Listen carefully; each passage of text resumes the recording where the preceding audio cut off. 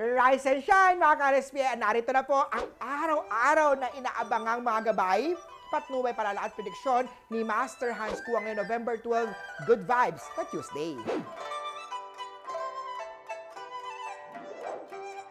Unang-una sa mga pinanganak ng Year of the Rat, may mga admirers at mga crushes.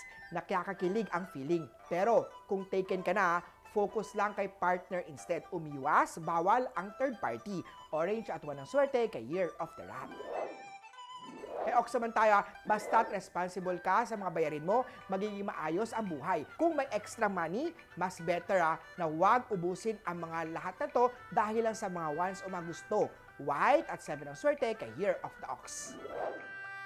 Kay Year of the Tiger naman huwag kang mapikon o mabilis ma-offend sa biruan ng katrabaho. Makaka-apekto yan sa performance mo at pakikisama mo sa workplace. Pink at 9 ang swerte kay Year of the Tiger. Kay Rabbit naman tayo tandaan, ang nagmamadali, nasasaktan muli. Huwag apurahin ang love life. Time will come at darating din ang forever mo. Aqua at 5 ang swerte kay Year of the Rabbit. Kay Dragon naman do not mix business with pleasure or with love. Maging mature ka na din sa emotion at take responsibility sa mga words at action. Purple at 9 ang swerte kay Year of the Dragon. Kay Snake naman tayo, Jack of all trades ka sa maraming skill. In short kaya mo lahat, ikaw na. Gamitin ng maayos ang kaalaman na to para sa mabuting paraan. Yellow at 2 ang swerte kay Year of the Snake. Ito naman sa mga Year of the Horsey, be sensitive sa mga nakapaligid sa'yo. Maaari kang makakasakit na ng damdamin dahil sa mga salitang binibitawan kahit biro lang yan. Green at 6 ang swerte kay Year of the Horsey.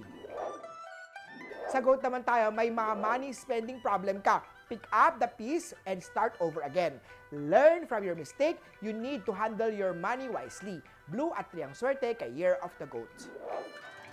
Kay Monkey naman tayo, ang paghihina ng katawan ay dala ng masamang intensyon sa iyo ng mga taong naiinggit at naninira. Do your best na huwag pansinin ang mga ito at mag-focus na lang sa good things na nangyayari sa buhay mo. White at 7 ang swerte kay Year of the Monkey. Kay Rooster naman tayo, maaaring magkaroon ng aksidente, mag-ingat at maging alerto sa paggamit ng mga machines o mga sharp metal object. Doble ingat sa kalsada kung lalabas. Pagtawid, ingat yan. Orange at 1 ang swerte kay Year of the Rooster. Sa Dog naman tayo, dadami na ang trabaho at uunlad ang pag-usad. Sa mga nagtitiis naman, makakaramdam ka na ng lifting of negative energy, but always be cautious sa mga mata na puno ng inggit sa'yo. White at 9 ang swerte kay Year of the Doggy. At sa Year of the Pig naman tayo, bitiwan na ang relasyon na kung saan ang partner ay nakatali na sa iba. Hindi ito para sa'yo. Gold at 8 ang swerte kay Year of the Piggy. Muli po, ito po yung mga gabay, patnubay palala at prediksyon lamang ni Master Hans Kua. Nasa inyong mga kamay na sa lalay ang inyong tagumpay. Kaya always be positive at i-claim ang mga swerte, mga ka-RSP.